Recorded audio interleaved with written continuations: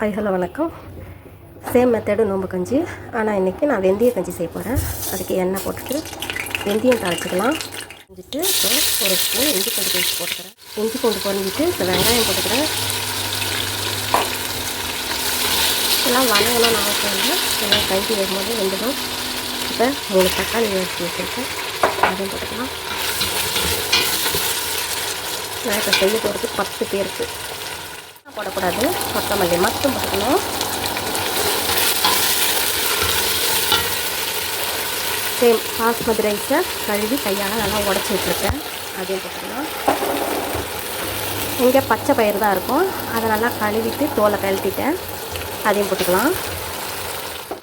தேவையான அளவுக்கு உப்பு போட்டுக்கிட்டு ஒரு கட்டி மாஜி போட்டுட்டேன். இப்போ கஞ்சி வேக தண்ணி ஊற்றிக்கலாம்.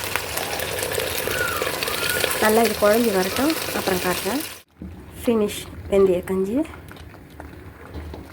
இப்போ இதை நான் ஹாட் பாக்ஸில் ஊற்றிடுவேன், பாபா எடுத்துகிட்டு போயிடுவாங்க. இது 10 பேருக்கான சமைச்சிருக்கேன் நான். நம்ம பேஜை ஃபாலோ பண்ணுங்கள், சப்போர்ட் பண்ணுங்கள், லைக் பண்ணுங்கள், ஷேர் பண்ணுங்கள். தேங்க்யூ.